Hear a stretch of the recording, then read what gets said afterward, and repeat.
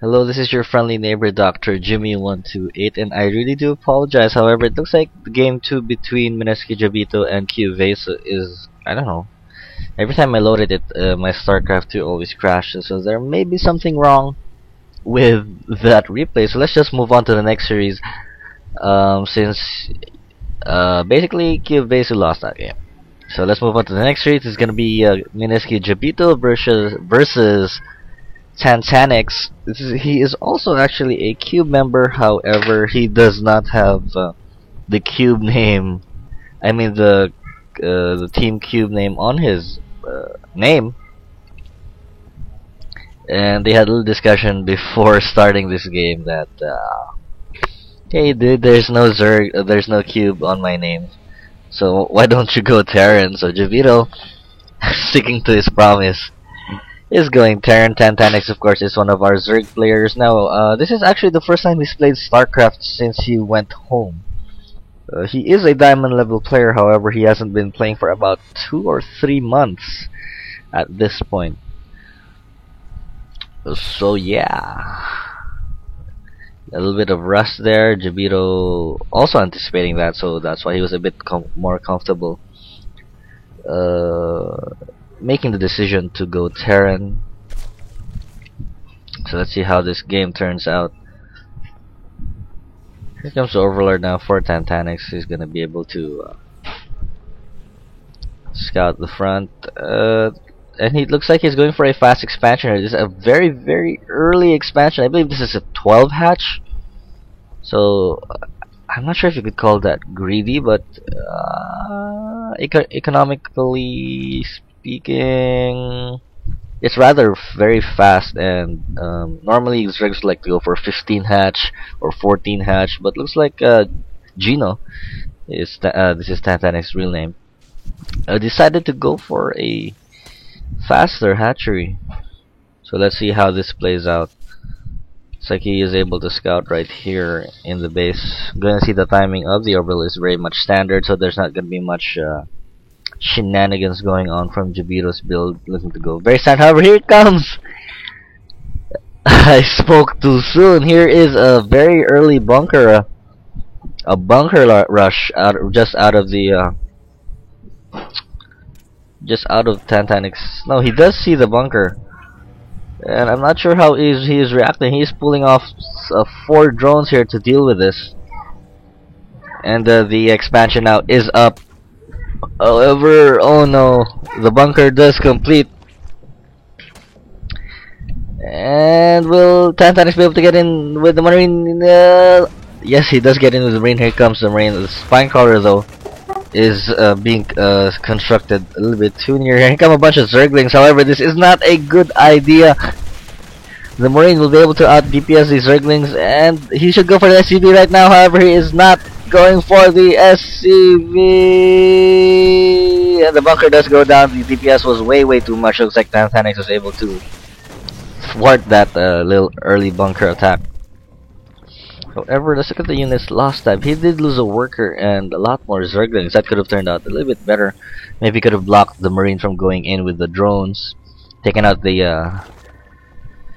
SCV while it was out, but Gino decided to attack the bunker all the same. So it looks like Jabito is now transitioning into a factory, into an expansion. This one Zergling does get taken out.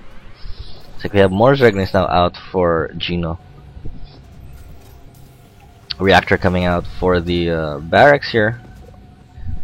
And let's look at the drone counts. It looks like Jabito is ahead in harvesters. He just now pulled off all his SCVs off this one geyser.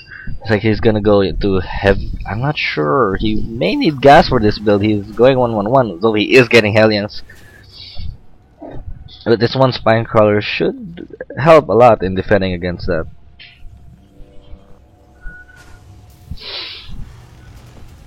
And I'm not feeling good today. I don't know why.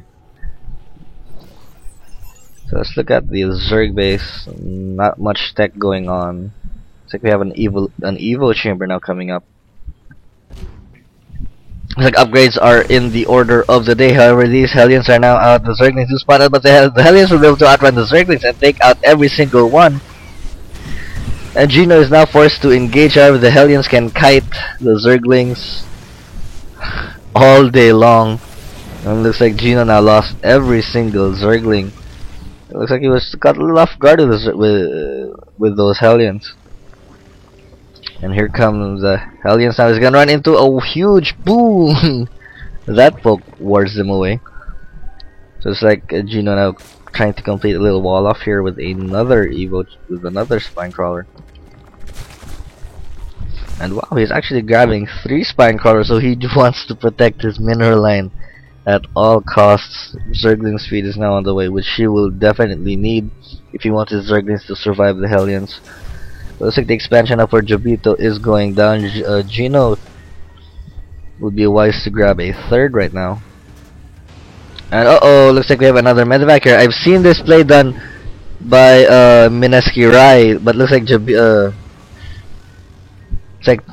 Gino will be able to react just in time. He has the 2 queens and he has the Zerglings up there. But however, here we go. Here comes the Zerglings. The Zerglings are getting roasted away by the Hellions. There are 4 Hellions here. Looks like Gino will not have enough to repel it. The spawning pool is taking a lot of attack.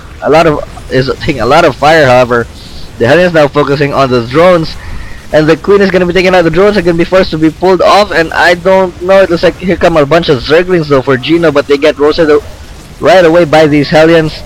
And the Hellions can now go to work on these drones. But Gino somehow managing to survive. But let's look at the losses. He lost 11 drones in that exchange. The Hellions are now coming back for round 2. Is Gino aware? No, now he's aware. 2 Zerglings are just getting roasted. And here come the Hellions into the mineral line. The drones, 2 more drones go down. The drones go down 2 by 2. Hoorah, hoorah. And looks like the Zerglings are able to take that last Hellion out. And Tantanix is super way behind now in the harvester count. And Jabito has just shot ahead. He's light years now ahead in terms of economy.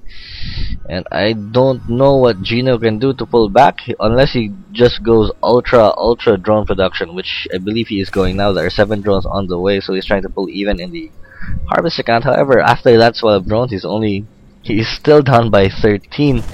And here come a bunch of Zerglings just checking out if there's a 3rd base. Looks like the Zerglings now are running into the mineral line, but nice reaction time there from Jabito.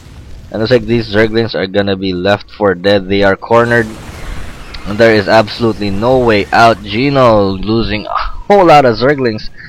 Look at the resources lost, 2,550 compared to Jabito's 950 units lost. Looks like he's gonna take out this neutral supply depot, which will be in the way of the add-on, I believe, for this barracks. And Gino now producing a lot of Zerglings and a Roach Warren. I'm not sure if he can fund this off this many harvesters. He's now grabbing a 2nd gas as well. But ooh, I don't know. Gino is way behind. And looks like Jabito is moving out for an attack. And here comes a menacing force of 3 tanks, 16 Marines, and a Hellion. I don't know if Gino can hold this off though. Does Jabito have siege tech? Yes, he does have siege tech. These Zerglings will not be enough. And it looks like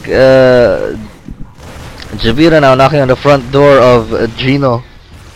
And there's not much that Gino can do. His Roach Warren is not yet up. There are a huge amount of Marines here, and very nice micro there by Jabito to save the 1 Marine.